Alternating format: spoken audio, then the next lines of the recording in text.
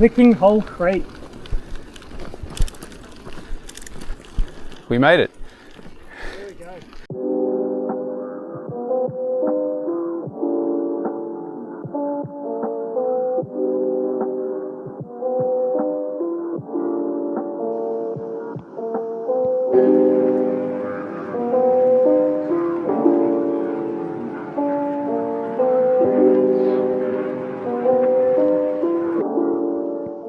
Tell you what, there's definitely a bit of chill in that air, eh? This is a bikepacking trip that came together at the last minute. Chris was meant to go overseas on a school excursion to Europe, but because of the state of the world, the trip was actually cancelled. So instead, we decided to go bikepacking around the Lachlan Valley. And this is us going downtown to get some supplies.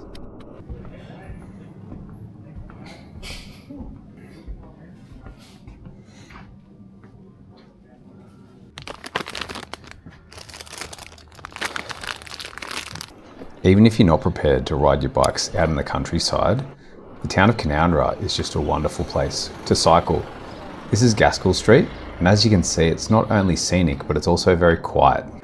Both Chris and my bikes were put together out of council clean-up bikes from Sydney, and our ride down to the shop doubled as a bit of a shakedown.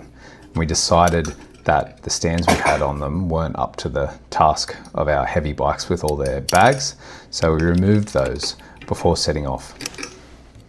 Chris was able to load the directions onto his Garmin Forerunner, which was great because if it was up to me, we'd just be using the force to get there.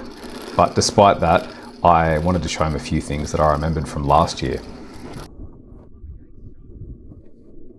This is technically a public road, but have a go at it. The thing I found interesting about Beath's Road is that it's kind of like a laneway, but Reigate's Lane functions more like a road. The T-intersection sign looks so out of place here. I said it runs adjacent to the road that yours says to go on, but it's a little quite, you know, basically it looks like a driveway. Yeah. But last time I was through here, there was a big mob of kangaroos. Oh yeah. Anyway, bit bumpier though. Yeah. But it's not very long. It wasn't long before we found some blacktop and got to say good day to some locals. And you know what, I mean, that's just getting older, isn't it really? Like, that's gonna happen. The road surfaces are highly variable, from spray sealed blacktop to a dirt road like this, and then sections that have clearly had work done and they've put down a real purple road base. We'd done about 10 Ks at this point, and both of our derailleurs weren't shifting quite properly, so we needed to stop and make some adjustments.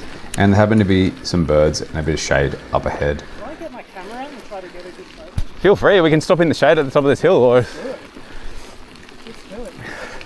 I can move both of our barrel adjusters out by like 1 millimeter. So Chris snapped some birds and I adjusted our bikes, and we both had something to eat and drank a bit of water. But then it was time to hook in.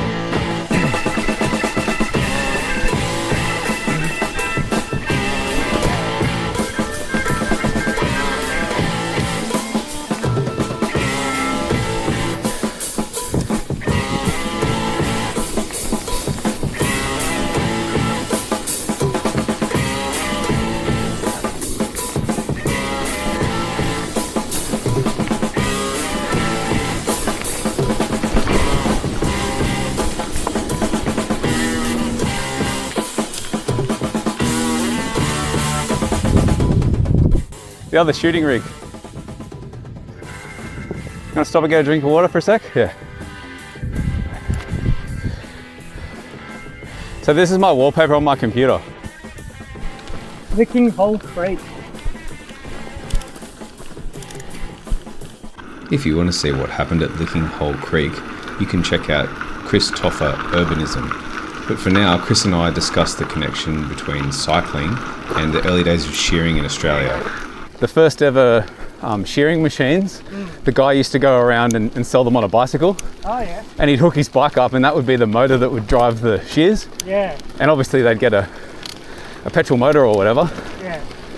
But yeah, the mechanical shear salesman going around on a bicycle and selling the new technology.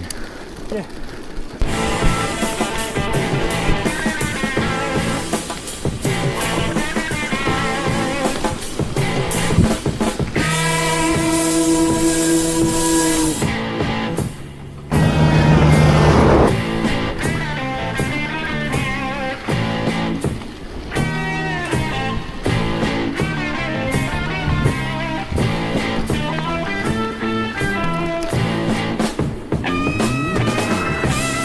See, there's the railway right there. That could be a rail trail. Our route intersected the Cowra-Eugowra railway line a couple of times, and it's been proposed that it is turned into a rail trail. It'd be amazing to see that realised one day. Keep rolling until you can't roll anymore. Chris's chain came off, but it timed beautifully with us coming up on this old mud brick church. So we stopped here and Chris fixed his chain.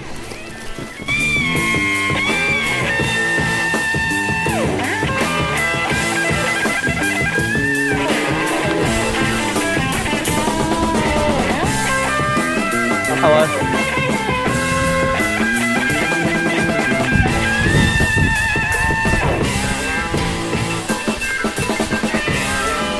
That was real suffering there for a while when I kept closing my eyes for a moment.